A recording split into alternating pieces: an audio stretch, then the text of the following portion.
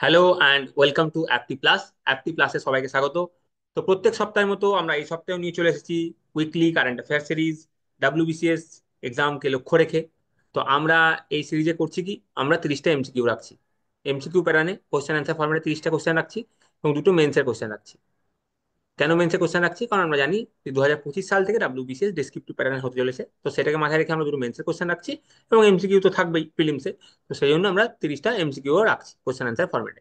তো চলো আমরা স্টার্ট করি, বাট শুরু করার আগে যেটা বলে দিই, এই ক্লাসের পিডিএফ যদি তোমরা ডাউনলোড করতে চাও তাহলে এই ক্লাসের পিডিএফ তোমরা পেয়ে যাবে। এই ক্লাসের পিডিএফ ডাউনলোড করতে গেলে তোমাদের কি করতে হবে? এই ভিডিও ডেসক্রিপশনে লিঙ্ক আছে, সেই লিঙ্কে ক্লিক করলে তোমরা এই ক্লাসের পিডিএফটা ডাউনলোড করতে পারবে। তো চলো শুরু করা যাক। প্রথম প্রশ্ন দিয়ে শুরু করি। Which countries president will be the chief guest on India's Republic day 2025? আমরা জানি আমাদের যে প্রজাতন্ত্র দিবস আছে, রিপাবলিক ডে, সেটা আমরা কবে পালন করি? 26 জানুয়ারি।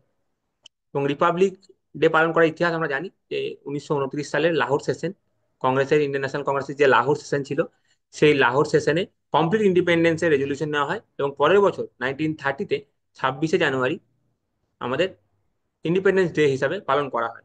ভারতীয়রা ব্রিটিশ ইন্ডিয়াতে সেটাকে আমাদের স্বাধীনতা দিবস হিসেবে পালন করে এই দিনে, 26শে জানুয়ারি। এবং সেই জন্য জওহরলাল নেহেরুজি রিকোয়েস্টে, যদিও আমাদের সংবিধান 1949-এর 26শে নভেম্বর অ্যাডপ্ট করা হয়ে গেছিল, লেখা কমপ্লিট হয়ে গেছিল, আমরা 2 মাস ওয়েট করে গেছিলাম এবং 26শে জানুয়ারি 1950 সালে এই সংবিধানটাকে পুরোপুরিভাবে কার্যকর করেছিলাম, এই দিনটাকে স্মরণ করে রাখার জন্য। তো 26শে জানুয়ারি হচ্ছে আমাদের রিপাবলিক ডে। তো রিপাবলিক ডে সম্পর্কে যে ইতিহাস জড়িত সেটা আমি তোমাদেরকে বলে দিলাম। আচ্ছা, তো প্রথম আহ, দিন থেকে, যবে থেকে আমরা রিপাবলিক ডে পালন করা শুরু করি, তখন থেকে আমরা কি করছি, প্রত্যেক বছর কোনো না কোনো দেশের হেডকে, রাষ্ট্রপতি হোক বা প্রাইম মিনিস্টার হোক, তাদেরকে আমরা আমন্ত্রণ করি এবং তারা আসেন। তো প্রথম যখন রিপাবলিক ডে পালন করা হয়েছিল তখন ইন্দোনেশিয়ার প্রেসিডেন্ট এসেছিলেন এবং আবার 2025 সালে এবছর ইন্দোনেশিয়ার প্রেসিডেন্ট এলেন রিপাবলিক ডেতে। উনি আসবেন কয়েকদিন পরে, উনি এসেছেন কয়েকদিন আগে এসেছিলেন। আচ্ছা, আচ্ছা, আগের বছর রিপাবলিক ডেতে চিফ গেস্ট হিসেবে ছিলেন ফ্রান্সের রাষ্ট্রপতি, আর তার আগের বছর এসেছিলেন ইজিপ্টের, 2023 সালে। তাহলে 2023-এ ইজিপ্ট, 2024-এ ফ্রান্স এবং 2025-এ ইন্দোনেশিয়া। দেখো, ইন্দোনেশিয়ার প্রেসিডেন্ট সুবিয়ান্তো, উনি এসেছিলেন লাস্ট ইয়ার। ফ্রান্সের যে প্রেসিডেন্ট ইমানুয়েল ম্যাক্রন, উনি এসেছিলেন এবং তার আগের বার ইজিপ্টের প্রেসিডেন্ট এসেছিলেন। চলো পরের প্রশ্ন দেখো। পরের প্রশ্ন বলছে, when is national youth day celebrated? National youth day কবে সেলিব্রেট করা হয়? এটা 12ই জানুয়ারি সেলিব্রেট করা হয়। তা কার জন্মদিন উপলক্ষে সেলিব্রেট করা হয়? স্বামী বিবেকানন্দ। স্বামী বিবেকানন্দর জন্মদিনে এটা পালন করা হয়, ন্যাশনাল ইউথ ডে। আর ইন্টারন্যাশনাল ইউথ ডে যদি বলা হয় তাহলে এটা হয়ে যাবে, এটাও 12 তারিখ, কিন্তু সেটা 12ই আগস্ট। ঠিক আছে, সেটা হবে 12ই আগস্ট। আচ্ছা, এই প্রসঙ্গে একটা কথা বলে রাখি যে 12ই জানুয়ারি তো ন্যাশনাল ইউথ ডে, এটা স্বামী বিবেকানন্দের জন্ম জয়ন্তী। কিন্তু 12ই জানুয়ারি আরো একটা দুঃখের ঘটনা ঘটেছিল, সেটা হচ্ছে আমরা জানি যে চট্টগ্রাম অস্ত্রাগার লুণ্ঠন হয়েছিল। সেই চট্টগ্রাম অস্ত্রাগার লুণ্ঠনের মেন হেড ছিলেন মাস্টারদা সূর্য সেন। তো মাস্টারদা সূর্য সেন পরে ধরা পড়ে যান এবং ওনার ফাঁসি হয় 1934 সালে গিয়ে। তো এই দিনে, এই 12ই জানুয়ারি, মাস্টারদা সূর্য সেনের মাস্টারদা সূর্য সেনের কিন্তু এই দিনে ফাঁসি হয়। তো 12ই জানুয়ারি বিবেকানন্দের যেমন জন্মদিন, সেরকম মাস্টারদা সূর্য সেনের এই দিন হচ্ছে মৃত্যুদিন। যাই হোক, আমরা স্বামী বিবেকানন্দের যে জন্ম জয়ন্তী সেটা পালন করি ন্যাশনাল ইউথ ডে হিসাবে। আর ইন্টারন্যাশনাল ইউথ ডে বললে হয়ে যাবে 12ই আগস্ট। এটা আমরা, এই যে ন্যাশনাল ইউথ ডে সেলিব্রেশন, এটা আমরা কবে থেকে শুরু করেছি? এটা পালন করা শুরু করেছি 1984 সাল থেকে, আমরা পালন করা শুরু করেছি। চলো পরের প্রশ্ন দেখো। Which union minister has launch the India clean tech manufacturing platform during the India climate forum 2025 in New Delhi? দেখো, ইন্ডিয়া ক্লাইমেট ফোরাম 2025 চলছে, কোথায় চলছে? নিউ দিল্লিতে। এর আন্ডারে এটা যখন চলছিল তখন একটা প্ল্যাটফর্ম লঞ্চ করা হয়েছে, তার নাম হচ্ছে India clean tech manufacturing platform. কোন মিনিস্টার এটা লঞ্চ করেছে? তো দেখো, পীযূষ গোয়েল এটা লঞ্চ করেছেন। এটার উদ্দেশ্য কি? এই প্ল্যাটফর্মটা দেখো, ক্লিন টেক মানে ক্লিন টেকনোলজির যে সেক্টর আমাদের আছে, গভর্নমেন্ট চাইছে যে গভর্নমেন্ট সাপোর্ট ছাড়াই এটা লং টার্মে গিয়ে এটা আত্মনির্ভর হয়ে যাক, সেলফ রিলায়েন্ট। হ্যাঁ, আত্মনির্ভর হয়ে যাক। হ্যাঁ, গভর্নমেন্ট সাপোর্ট ছাড়াই লং টার্মে এটা যেন আত্মনির্ভর হয়ে যায়। তো union commerce and industry minister Piyush Goyal এটার উদ্বোধন করেছেন। তো এটার এম কি দেখো, সেলফ রিলায়েন্ট হওয়া without depending on the government support in the long run. এটা হচ্ছে এর মেন উদ্দেশ্য। চলো পরের প্রশ্ন। Recently the forest department of which state government has launched গরু দাক্সি অনলাইন এফআইআর প্ল্যাটফর্ম? দেখো, অনলাইনে এবার এফআইআর লঞ্চ করা যাবে। Online FIR system Garudakshi. এটা কোন রাজ্যের ফরেস্ট ডিপার্টমেন্ট স্টার্ট করলো? এটা হচ্ছে তোমার কর্ণাটকের ফরেস্ট ডিপার্টমেন্ট স্টার্ট করলো। দেখো, ফরেস্টে অনেক সময় কি হয়, অনেক ইলিগাল কাজকর্ম হয়, ইলিগালি ট্রিকে কাটা হয়, অনেক সময় পোচিং হয়। হ্যাঁ, ওয়াইল্ড লাইফের অনেক যেগুলো ক্রিটিক্যালি এন্ডেঞ্জার স্পিসিস আছে সেগুলো ইলিগালি, সেগুলো মেরে দেওয়া হয়, সেগুলো ইলিগালি ট্রেড করা হয়। তো সেইগুলো আটকানোর জন্য অনলাইনে একটা এফআইআর সিস্টেম চালু করা হলো, যার নাম হচ্ছে গরুদক্সি। এবং এটা ওয়াইল্ড লাইফ ট্রাস্ট অফ ইন্ডিয়ার কোলাবোরেশনে এটা বানানো হয়। ঠিক আছে, এই দেখো ফরেস্ট ডিপার্টমেন্ট অফ কর্ণাটক স্টেটে বানানো হয়েছে এটা। এই সিস্টেমটা চালু করা হয়েছে Garudakshi online FIR system to prevent encroachment on forest, illegal felling of trees and poaching. আচ্ছা, এবার পরের কোশ্চেনে যাওয়ার আগে আমি তোমাদেরকে একটা অ্যানাউন্সমেন্ট করে দিচ্ছি। এটা আমি আগেও আগে অ্যানাউন্সমেন্টটা করেছি, যে এই যে টেলিগ্রাম গ্রুপ আছে ডাব্লিউবিসি সাকসেস গাইড, এই টেলিগ্রাম গ্রুপে তোমরা এখনই জয়েন হয়ে নাও। এই টেলিগ্রাম গ্রুপে তোমরা কিভাবে জয়েন হবে? এই টেলিগ্রাম গ্রুপে তোমাদেরকে জয়েন হতে গেলে তোমাদেরকে যেটা করতে হবে, এই ভিডিওর ডেসক্রিপশনে যাও, সেখানে একটা লিঙ্ক আছে টেলিগ্রাম গ্রুপে, সেই টেলিগ্রাম গ্রুপের লিঙ্কে ক্লিক করো, তোমরা এই গ্রুপে জয়েন হবে। এবার এই গ্রুপে জয়েন হয়ে তোমরা পাবে কি, দেখো এখানে ডেলি প্র্যাকটিস কোশ্চেন কিন্তু পাবলিশ করা হয়। ডেলি প্র্যাকটিস কোশ্চেন, এখানে প্রত্যেকদিন সকালে তোমরা ডেলি প্র্যাকটিস কোশ্চেন পেয়ে যাবে, তার অ্যান্সার তোমরা লিখবে, সে তার অ্যান্সার লিখে তোমরা এখানে জমা দেবে, তার তোমরা ইভ্যালুয়েশন পেয়ে যাবে। এবং তার সাথে সাথে এই যে কোশ্চেন, তার যে মডেল অ্যান্সার সেটাও তোমরা পেয়ে যাবে এই গ্রুপের মধ্যে। তো আর দেরি না করে যাও এই গ্রুপে এক্ষুনি গিয়ে জয়েন হয়ে। তো চলো দেখো পরে বসো। Who has recently become the second Indian female cricketer to cross the 4,000 run mark in ODI? দেখো, দ্বিতীয় ভারতীয় হিসাবে ওয়ানডে ক্রিকেটে 4,000 রানের গন্ডি পেরানো কোন মহিলা হয়ে গেলেন, কোন ভারতীয় ক্রিকেটার? স্মৃতি মন্দানা। এর আগে যিনি এই কাজটা করেছেন ভারতের হয়ে, সে হচ্ছে মিতালি রাজ। তাহলে মিতালি রাজ প্রথম মহিলা ছিলেন যিনি ওডিআই ক্রিকেটে 4,000 রানের গন্ডি পেরিয়েছেন। আর এখন সেকেন্ড হলেন স্মৃতি মন্দানা, এবং স্মৃতি মন্দানা বিশ্বের 15th ব্যাটসম্যান হলেন যিনি ওয়ানডে ক্রিকেটে 4,000 রানের বেশি করেছেন। আচ্ছা, হরমনপ্রীত কৌর হচ্ছে এখন তোমার ইন্ডিয়ান ফিমেল ক্রিকেট টিমের ক্যাপ্টেন ইনি। আর শেফালি বর্মাও ইন্ডিয়ান ক্রিকেট টিমের ওপেনিং ব্যাটসম্যান। চলো পরে প্রশ্ন। Which country has recently started E visa for Indian travellers? দেখো, রিসেন্টলি ই ভিসা স্টার্ট করেছে ইন্ডিয়ান ট্রাভেলারদের জন্য ইসরায়েল। পুরোপুরি পেপারলেস, অনলাইনে সিস্টেম তুমি অ্যাপ্লাই করতে পারবে, অনলাইনে ব্যাপারটা করা হয়েছে। এর ফলে কি হবে, ইসরায়েলের যে ট্যুরিজম সেক্টর সেটা বুস্ট হবে। কারণ সহজেই ধরো যদি আমরা ইন্ডিয়ানরা ভিসা পেয়ে যাই ইসরায়েলের জন্য, তো কি হবে, আমরা সহজেই ইসরায়েল ঘুরে আসতে পারবো। তার ফলে ইসরায়েলের ট্যুরিজম সেক্টর সেটা বুস্ট হবে। তো ইসরায়েলের যদি ট্যুরিজম সেক্টরে বুস্ট হয়, সেজন্য ইসরায়েল ইন্ডিয়ান ট্রাভেলারদের জন্য ই ভিসা সিস্টেম চালু করলো। পরের প্রশ্ন দেখো, হু has recently release the book title youth powers vision for developed India 2047? এই বুকটা লঞ্চ কে করলো? এই বুকটা রিলিজ করলো হচ্ছে আমাদের দেশের প্রাইম মিনিস্টার শ্রী নরেন্দ্র মোদীজি। দেখো, বিকশিত ভারত 2047 ভয়েস অফ ইউথ, এটা লঞ্চ করেছে হচ্ছে আমাদের দেশের মাননীয় প্রধানমন্ত্রী নরেন্দ্র মোদীজি। পরের প্রশ্ন, which state government has recently launch Swami Vivekananda যুব শক্তি মিশন? স্বামী বিবেকানন্দ যুব শক্তি মিশন কে স্টার্ট করলো?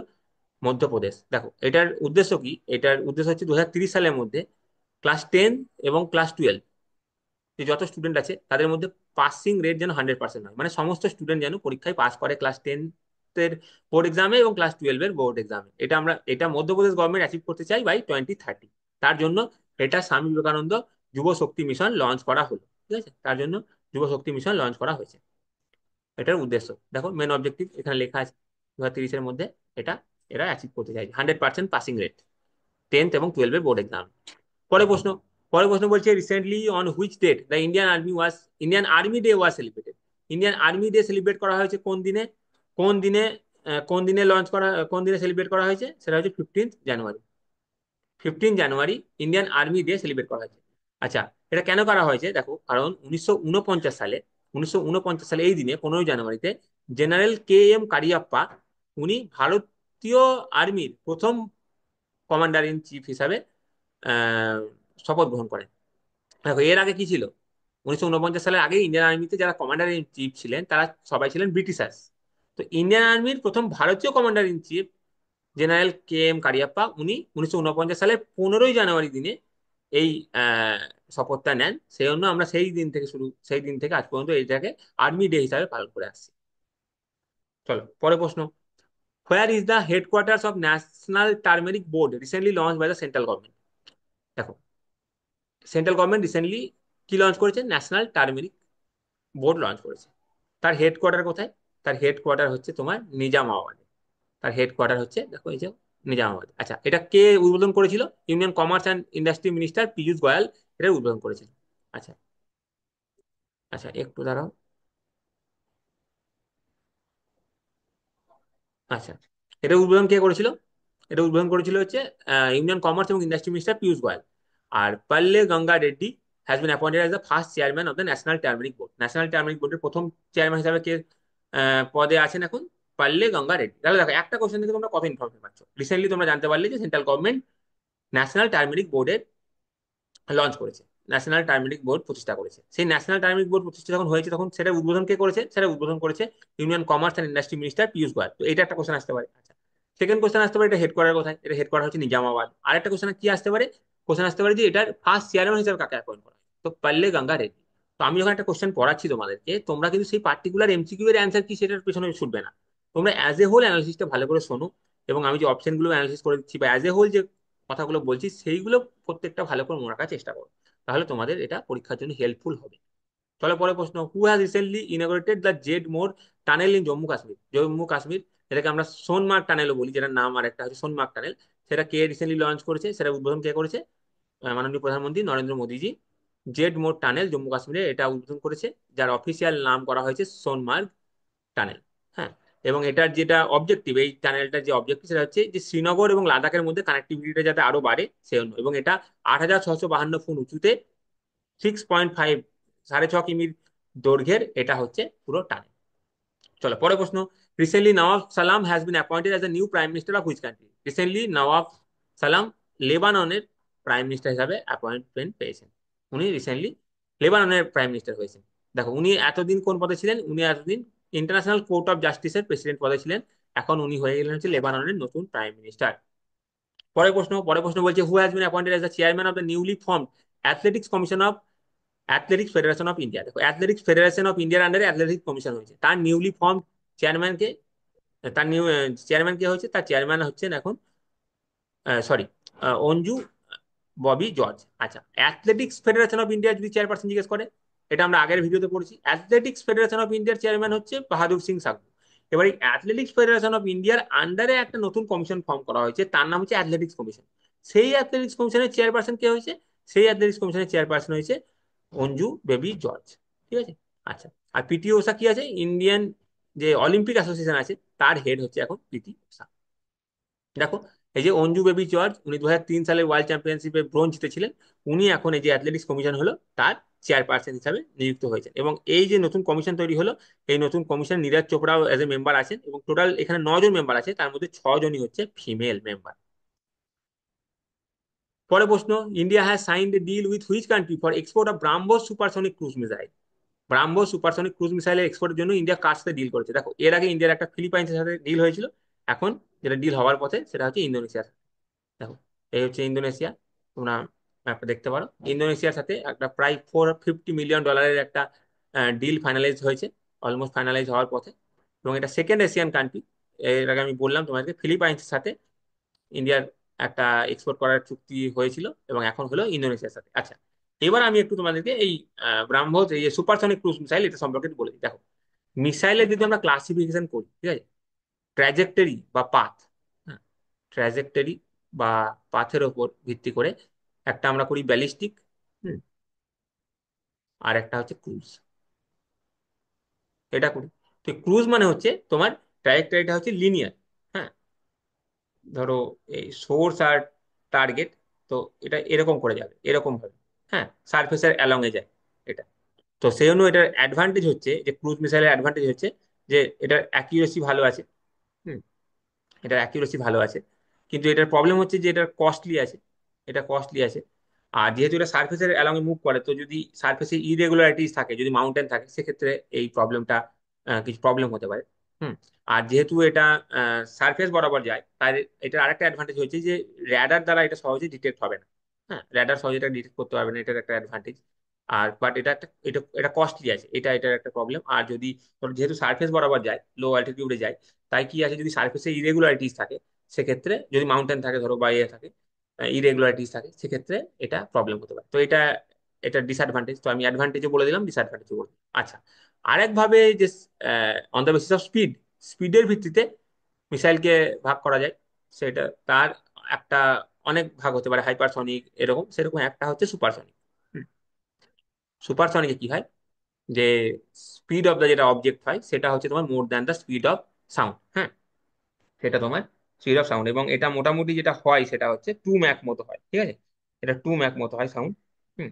তো সাউন্ড অফ দা, মানে স্পিড অফ দা অবজেক্ট সেটা স্পিড অফ সাউন্ডের থেকে বেশি হয়, 2 ম্যাক। তো এটা হচ্ছে সুপারসনিক ক্রুজ মিসাইল, যেটার একটা এক্সাম্পল হচ্ছে ব্রাহ্মস। তো ইন্ডিয়া ইন্দোনেশিয়ার সাথে এটা এক্সপোর্ট করার জন্য এটা ইন্ডিয়া চুক্তি করেছে, একটা ডিল সাইন করেছে। চলো পরের প্রশ্ন। Where did PM Narendra Modi inaugurate এশিয়ার সেকেন্ড লার্জেস্ট ইসকন টেম্পল? এশিয়ার second largest ISKCON temple Narendra মোদীজি কোথায় উদ্বোধন করলেন?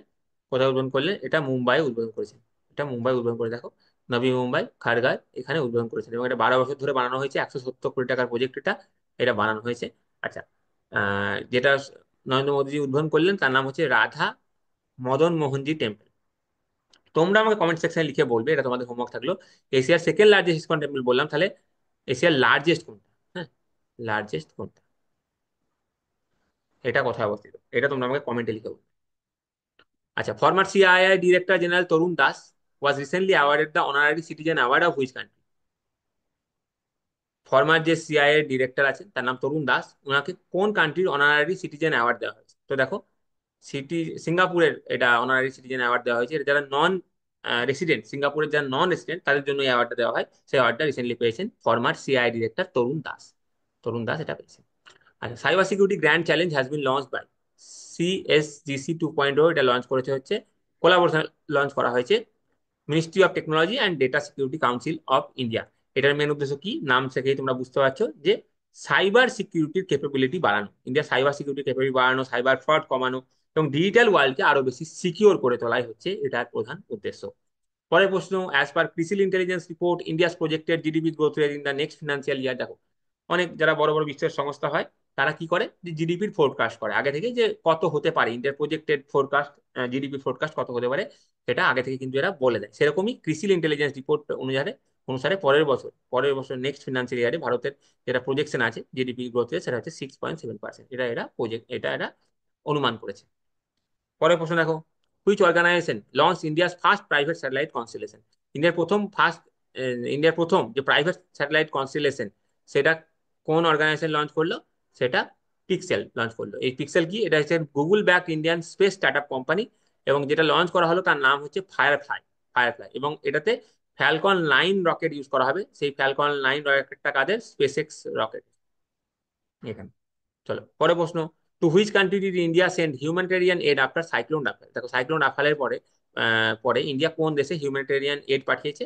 ইন্ডিয়া কিউবাতে এড পাঠিয়েছে, কিছু জীবনদায়ী ওষুধ পাঠিয়েছে, লাইফ সেভিং কিছু মেডিসিনও পাঠিয়েছে। দেখো, যে কোনো দেশে যখন কোনো ডিভাস্টেটিং ঘটনা ঘটে, আর্থকোয়েক হোক বা কোনো সাইক্লোনে বিধ্বস্ত হোক, সেই সব জায়গায় কিন্তু ভারত কি করে, হিউম্যানিটেরিয়ান এড কিন্তু পাঠায়। যেমন সাইক্লোন মোচা যখন এসেছিল, সাইক্লোন মোচা তখন মায়ানমার যে যে যে ধ্বংসলীলা হয়েছিল, তো মায়ানমারকে সাহায্য করার জন্য তখন ভারত যে অপারেশনটা চালিয়েছিল তার নাম হচ্ছে অপারেশন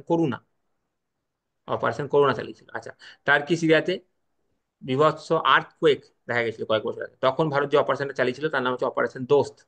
তো এরকম যে দেশেই যখনই কোনো সমস্যা হয়, সাইক্লোনের ফলে হোক, আর্থকোয়েকের ফলে হোক, ন্যাচারাল যেগুলো হয়, ডিজাস্টার হয়, তারপরে ভারত কি করে, হিউম্যানিটেরিয়ান এড কিন্তু ওষুধ পাঠানো থেকে শুরু করে হিউম্যানিটেরিয়ান রিলিফ, সেগুলো কিন্তু ভারত করে থাকে বিভিন্ন অপারেশনের মাধ্যমে। তো সেই অপারেশনগুলোর নাম কি, সেইগুলো কিন্তু ইম্পর্টেন্ট হয়ে যায় পরীক্ষার রেসপেক্টে, এক্সামের রেসপেক্টে। চলো পরের প্রশ্ন, who has been appointed as the new revenue secretary of the finance ministry recently?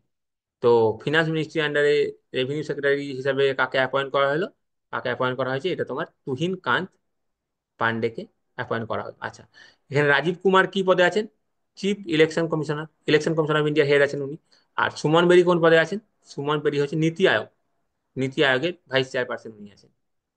দেখো, দেখো, তুহিন কুমার পান্ডেকে নিউ রেভিনিউ সেক্রেটারি হিসাবে অ্যাপয়েন্ট করা হয়েছে।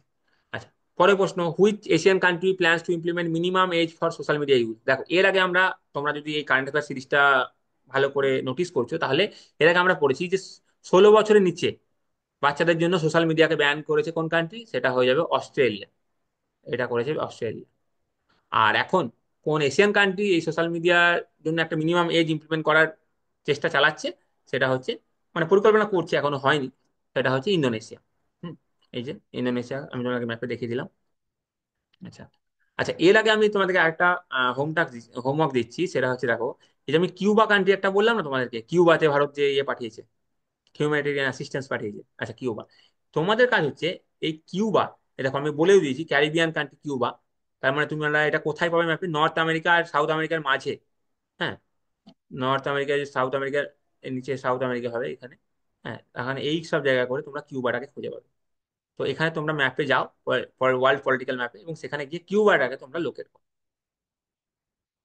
আচ্ছা, 22 নম্বর কোশ্চেন হয়ে গেছে, এবার 23 নম্বর কোশ্চেন চলো। Which countries batsman Tamim Iqbal has announce his retirement from international cricket recently? International cricket থেকে তামিম ইকবাল রিটায়ারমেন্ট ঘোষণা করেছেন। তিনি কোন দেশের প্লেয়ার? তিনি বাংলাদেশের প্লেয়ার। আচ্ছা, কদিন আগে নিউজিল্যান্ডের একজন প্লেয়ার আছেন, তার নাম হচ্ছে মার্টিন গাপটিল, উনিও কিন্তু রিটায়ারমেন্ট ঘোষণা করেছেন, মার্টিন গাপটিল। আচ্ছা, আর পাকিস্তানে এখন এবছর যে চ্যাম্পিয়ন্স ট্রফি হওয়ার কথা সেটা পাকিস্তান হোস্ট করছে, বাট ইন্ডিয়া কিন্তু পাকিস্তানে খেলতে যাবে না বলেছে, সেজন্য ইন্ডিয়ার জন্য আউটসাইড পাকিস্তানে ম্যাচ হবে।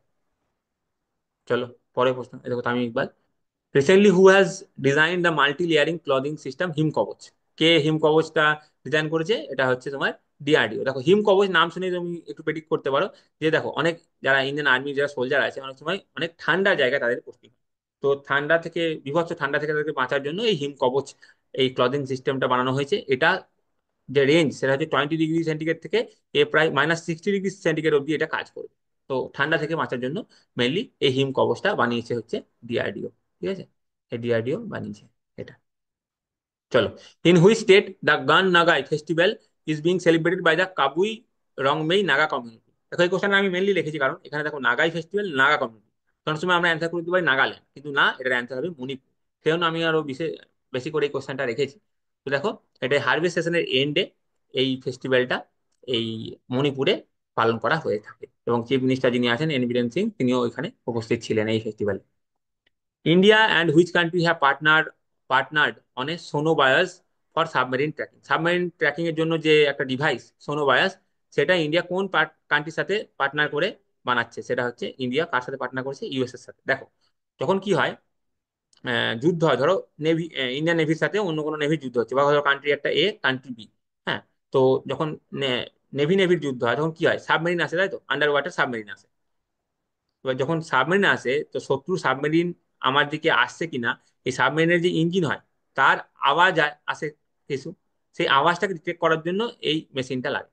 তো সেই জন্য ইন্ডিয়া এটা বানানোর চেষ্টা করছে। দেখো, India USA co produce sonobuoys for submarine tracking. এই সোনোবায়াসটা কি? এটা হচ্ছে advance device that detect under water sounds such as those made by the submarine engine, যেমনটা আমি বললাম সেটা। ঠিক আছে, তাহলে এটা কি টুল হয়ে গেল ইন অ্যান্টি সাবমেরিন ওয়ারফেয়ার ক্ষেত্রে। এখানে কার সাথে কোলাবোরেশন করা হয়েছে? ভারত ডায়নামিক লিমিটেডের সাথে কোলাবোরেশন করা হয়েছে, এবং মনে করা হচ্ছে যে এর যে অপারেশনাল প্রোডাকশন লাইন সেটা 2027-এর মধ্যে রেডি হয়ে যাবে। Where will the first infectious disease research and diagnostic laboratory be established in South India?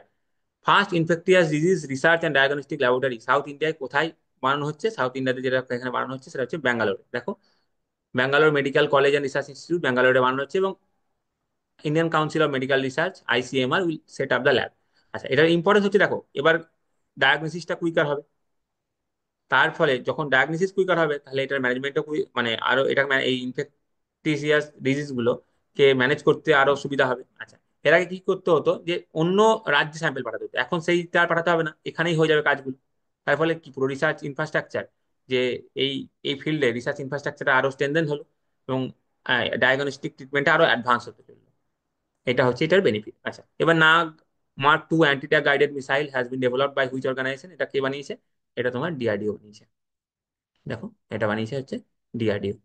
পরের প্রশ্ন দেখো, who assumes charge as secretary department of higher education ministry of education? Ministry of এডুকেশনের আন্ডারে department of higher এডুকেশনের secretary হিসাবে কে charge গ্রহণ করেছেন? তিনি চার্জ গ্রহণ করেছেন, তার নাম হচ্ছে বিনীত যোশী। তার নাম হচ্ছে বিনীত যোশী। তুহিন পান্ডে, তুহিন কান্ত পান্ডে আমরা এক্ষুনি দেখলাম কে ছিলেন উনি। দেখো, দেখো, তুহিন কান্ত পান্ডে ইনি কি হয়েছেন? New revenue secretary. তো আমি অপশনগুলো এমন ভাবে তোমাদেরকে রাখছি যে কোন একটা অন্য কোশ্চেন হয়তো পড়ছো, কিন্তু সেই বাকি অপশনগুলো থেকে তোমাদের এমন ভাবে নামগুলো আমি সেট করেছি যাতে তোমাদের অন্য কোশ্চেনের অ্যান্সারও তোমাদের মনে পড়ে যায়, আমি সেইভাবে রেখেছি। হ্যাঁ, তো দেখো, তুহিন কান্ত পান্ডে। সুমন বেরি এখন আমি কি বললাম? নীতি আয়োগের ভাইস চেয়ারপারসন। দেখো, Vineet Joshi assume charge as secretary department of higher education, এটা হয়েছে।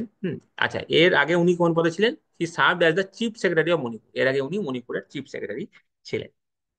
এবার দেখো, general BK Singh sworn in as the governor of, কার গভর্নর হয়েছে দেখো, ফরমার আর্মি চিফ ছিলেন ইনি, এবং ইউনিয়ন মিনিস্টার অফ স্টেট ছিলেন general Vijay Singh sworn in as the 25th governor of Mizoram.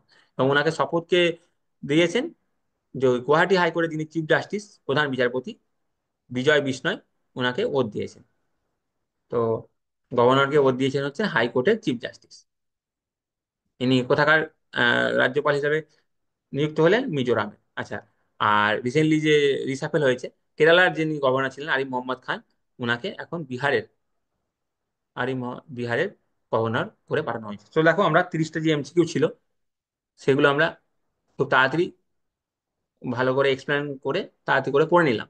এবার আমরা দুটো যে মেন্সের কোশ্চেন, সেই দুটো মেন্সের কোশ্চেনকে একটু দেখবো কিভাবে অ্যান্সার লিখতে হয়, সেটা আমরা দেখবো। দেখো, রিসেন্ট আমরা জানি যে আরজি কর কাণ্ড হয়েছিল, আরজি করে প্রোটেস্ট হয়েছিল, এবং তারপরে রিসেন্টলি যে আরজি করের যে মেন যে অ্যাকিউজ ছিল তার সাজা ঘোষণা হয়েছে। তো সেই কনটেক্সটে এই কোশ্চেনটা রাখা হয়েছে যে what are the different types of violence faced by woman in India, discuss the legal frameworks related to woman safety in India. দেখো, কোশ্চেনের মেনলি দুটো পার্ট, একটা বলছে যে ওম্যানরা কোন কোন টাইপের ভায়োলেন্স ফেস করে, আর তার ওম্যানের সেফটির জন্য কোন লিগাল ফ্রেমওয়ার্ক ইন্ডিয়াতে আছে। তাহলে কোশ্চেনকে আমরা দুটো ভাগে ভাগ, কিন্তু আমরা জানি সেটা তো বডির মধ্যে, যখন বডি লিখবো সেই বডির মধ্যে আমরা অ্যান্সারটাকে দুটো ভাগে ভাঙবো, একটা হচ্ছে ডিফারেন্ট টাইপস অফ ভায়োলেন্স, আর একটা হচ্ছে ওম্যান সেফটি, ওম্যান সেফটির জন্য লিগাল ফ্রেমওয়ার্ক। কিন্তু প্রথমে আমরা লিখবো একটা ইন্ট্রো, তারপর লিখবো বডি, তারপরে কনক্লুশন। তাহলে ইন্ট্রোতে আমরা যেটা বেস্ট করতে পারি এইসব ক্ষেত্রে, যে এনসিআরবির যেটা লেটেস্ট ডেটা হবে, এনসিআরবির ডেটাকে কোড করে দিতে এবং শো করতে হবে এই ডেটার মাধ্যমে, যেন এমন ভাবে এমন একটা ডেটা তোমাকে কোড করতে হবে যার ফলে তোমার শো হয় যে হ্যাঁ, ইন্ডিয়াতে ওম্যান ভায়োলেন্স হয়,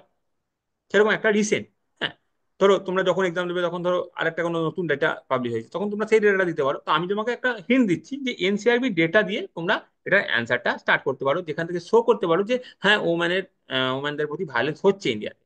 আচ্ছা, এটা তোমরা ইন্টোতে লিখলে, তারপরে তোমরা একদম একটা সাব হেডিং করবে যে various types of violence face by woman in India. সেখানে বিভিন্ন হেডিং এর আন্ডারে তোমরা লিখবে। একটা লিখলে ধরো সেক্সুয়াল ভায়োলেন্স, সেখানে এক দুটো তোমরা এক্সাম্পল দিয়ে দিলে কি কি ধরনের হয়, রেপ, হ্যাঁ, হ্যারাসমেন্ট, এগুলো। তারপরে তোমরা ডোমেস্টিক ভায়োলেন্সের কথা বলতে পারো, সেখানে বলতে পারো কি verbal, non verbal, verbal, emotional abuse, economic abuse, সব ধরনের অ্যাবিউজ হয় ডোমেস্টিক ভায়োলেন্স, তার আন্ডারে দু লাইন লিখলে। তারপর লিখলি যে টেকনোলজি ফেসিলিটেড ভায়োলেন্স, যেমন সাইবার বুলিং, মিম ক্রিয়েট হয়, হ্যাঁ, বডি শেমিং করা হয় অনেক সময়, তো সাইবার বুলিং হয়, এটা একটা টেকনোলজি ইভেন্ট, এটা করতে পারো একটা। আর একটা তো চাইল্ড ম্যারেজ। তো এইভাবে তোমরা 1 2 3 4 করে এবং তার কিছু এক্সপ্লেনেশন বা এক্সাম্পল এভাবে তোমরা দিতে পারো যে ভেরিয়াস টাইপস অফ ভায়োলেন্স যেটা ওমেনরা ফেস করে। এটা হলো। তারপরে তোমরা সেকেন্ড পার্টে চলে যাও বডির, তারপরে একটা সাবহেডিং করো যে legal frameworks related to woman safety. Woman সেফটির জন্য লিগাল ফ্রেমওয়ার্ক ইন্ডিয়াতে কি আছে, সেখানে তোমরা একদম পুরোপুরি অ্যাক্টের নাম কিন্তু উইথ ইয়ার্স ভালো করে লিখতে হবে। POSH act, prevention of sexual harassment act 2013, সেটা লিখলে যে ওয়ার্ক প্লেসে যদি কোনো ওম্যানের সাথে সেক্সুয়াল ভায়োলেন্স হয় সেক্ষেত্রে সেটা প্রিভেন্ট করার জন্য আমাদের পস অ্যাক্ট আছে। ডোমেস্টিক ভায়োলেন্স অ্যাক্ট আছে 2005-এর।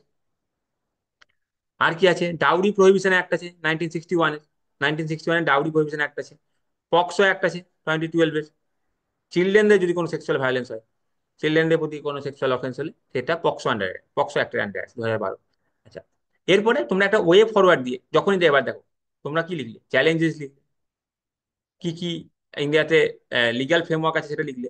এবার কনক্লুশনে কি, তোমাদের একটা সলিউশন দিতে হবে যে আরো কি করা যেতে পারে, মানে আরো ওয়ে ফরওয়ার্ড কি দেওয়া যেতে পারে। বলতে হবে যে হ্যাঁ, ইন্ডিয়াতে ল তো আছে, কিন্তু সেই ল এর ভালো করে এনফোর্সমেন্ট করতে হবে সেই লগুলো। পুলিশের মধ্যে জেন্ডার সেন্সিটাইজেশন নিয়ে আসতে হবে। হ্যাঁ, কোনো ওম্যান যদি ধরো পুলিশ স্টেশনে যায় আর পুলিশ ধরো অফিসার মেল, তাহলে যদি কোনো সেক্সুয়াল ভায়োলেন্সের রিপোর্ট করাতে যায়, সেক্ষেত্রে সেক্ষেত্রে যে মেল পুলিশ আছে তার জেন্ডার সেন্সিটাইজেশনটা খুব দরকার। নাহলে হয়তো অনেক সময় উল্টো পাল্টা প্রশ্ন করার জন্য হয়তো মানে ভয়ে হয়তো রিপোর্টিং করাতে যায় না। তো এই ব্যাপারগুলো আছে, সেই জন্য পুলিশের জেন্ডার সেন্সিটাইজেশন করানোটা দরকার।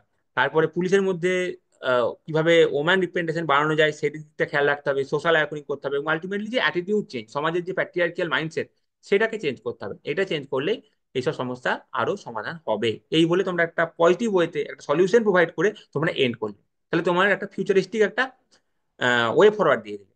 তারপরে এক্সামিনার যে পড়বে আরো মনে হবে হ্যাঁ, এই ছেলেটা সলিউশন ভিত্তিক কথা বলছে। তো এটা হয়ে গেল। এবার আরেকটা কোশ্চেন আমি রেখেছি মেন্সের, সেটা দেখে নাও। Discuss the challenges face by the semiconductor industry in India. ইন্ডিয়াতে যে সেমিকন্ডাক্টর ইন্ডাস্ট্রি আছে তার কি কি চ্যালেঞ্জ ফেস করছে এটা, এবং comment on the role of international collaboration in the development of the semiconductor industry. দুটো পার্ট, প্রথম পার্ট, দ্বিতীয় পার্ট। প্রথম পার্টে বলছে সেমিকন্ডাক্টর যে ইন্ডাস্ট্রি আছে ইন্ডিয়াতে তার চ্যালেঞ্জ কি কি, আর সেই চ্যালেঞ্জকে ওভারকাম করার জন্য ইন্টারন্যাশনাল কোলাবোরেশন ইন্ডিয়া কি কি করছে। তো দেখো প্রথমে এইটারও একটা ইন্ট্রো লিখতে হবে। এটার ইন্ট্রোতে তোমরা কি করতে পারো, যে সেমিকন্ডাক্টর সম্পর্কে একটু এক লাইন লিখতে পারো, এবং এটা কোথায় কোথায় কাজে লাগে, যে এটা কম্পিউটিং, হ্যাঁ, হেলথ কেয়ার থেকে শুরু করে মিলিটারি সিস্টেম, ট্রান্সপোর্টেশন, সব জায়গাতে কাজে লাগে বলে এটার ইম্পর্টেন্সটা বলে দিলে ইন্ট্রোর মধ্যে। হুম। তারপরে তোমরা একদম ডাইরেক্ট বডিতে চলে আসো এবং হেডিং করো যে চ্যালেঞ্জ। চ্যালেঞ্জ বলে লেখো, যে প্রথমে লেখো এটা ক্যাপিটাল ইন্টেন্সিভ ইন্ডাস্ট্রি। তো তোমার যদি কেউ নতুন করে স্টার্ট করতে চায় তাহলে সেটার খুব হাই এন্ট্রি ব্যারিয়ার আছে। হ্যাঁ, কেউ সহজে এটা স্টার্ট করতে পারবে না। এটা স্টার্ট করতে গেলে প্রচুর ক্যাপিটাল লাগবে। আচ্ছা, এটার জন্য যে টেকনোলজি দরকার সেটা আমাদের কাছে লিমিটেড, সেটা টেকনোলজি পুরোপুরি আমাদের কাছে নেই। তারপরে ম্যানুফ্যাকচারিং প্রসেসের কমপ্লেক্সিটি কমপ্লেক্সিটি আছে, যেমন স্কিল ট্যালেন্ট লাগবে, যেটা আমাদের কাছে কিছুটা অভাব আছে। রিসার্চ অ্যান্ড ডেভেলপমেন্টের অভাব আছে এই ফিল্ডে। আচ্ছা, আর যারা মেজর প্লেয়ার আছে তারা ইন্ডিয়ার যে সেমিকন্ডাক্টর পলিসি সেটা সম্পর্কে একটু তারা ভয়ে আছে, তারা ঠিকভাবে প্রপারলি ইনভেস্ট করতে পারছে না, এই ব্যাপারগুলো তোমরা লিখলে।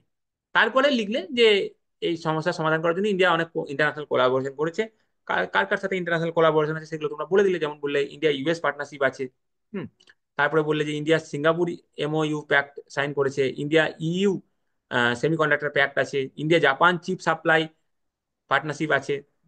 আচ্ছা, টাটার সাথে তাইওয়ানের একটা কোম্পানির কমার্শিয়াল ফ্যাব্রিকেশন প্ল্যান্টের উপরে একটা কোলাবোরেশন আছে, এগুলো বললে। হ্যাঁ। তারপরে বললে যে দেখো, যে কনক্লুশনে কি বলবে, যে দেখো সেমিকন্ডাক্টর ইন্ডাস্ট্রির তো প্রচন্ড ইম্পর্টেন্স আছে। সমস্ত জায়গাতে সেমিকন্ডাক্টর ইন্ডাস্ট্রির, সেমিকন্ডাক্টর যে চিপ তার ইম্পর্টেন্স আছে। এবং বলবে যে মিসাইল থেকে মোবাইল ফোন, কার থেকে কম্পিউটার, সব জায়গাতেই যেহেতু এটা গুরুত্ব আছে, তাই ইন্টারন্যাশনাল প্লেয়ারদের সাথে কোলাবোরেশনটা খুবই ইম্পর্টেন্ট, শুধুমাত্র সেটা জিও ইকোনমিক কারণে নয়, বাট জিও স্ট্র্যাটেজিক কারণেও বটে। এইভাবে বলে যে সেমিকন্ডাক্টর ইন্ডাস্ট্রির ইম্পর্টেন্সটাও তোমরা বুঝিয়ে দিলে একবার, আর ইন্টারন্যাশনাল কোলাবোরেশন কেন করা দরকার সেটাও বুঝিয়ে দিলে। সেটার একটা জিও ইকোনমিক অ্যাঙ্গেল আছে, সেটার একটা জিও স্ট্র্যাটেজিক অ্যাঙ্গেল আছে। এই দুটোই তোমরা কনক্লুশনের মধ্যে বললে। তাহলে দেখো, দুটো কোশ্চেন করালাম আমরা, দুটো মেন্সের কোশ্চেন হয়ে গেল। তাহলে থ্যাংক ইউ ভিডিওটা দেখার জন্য। 30টা এমসিকিউ আর দুটো মেন্সের কোশ্চেন আমরা আজকে সলভ করলাম। তো থ্যাংক ইউ ভিডিওটা দেখার জন্য।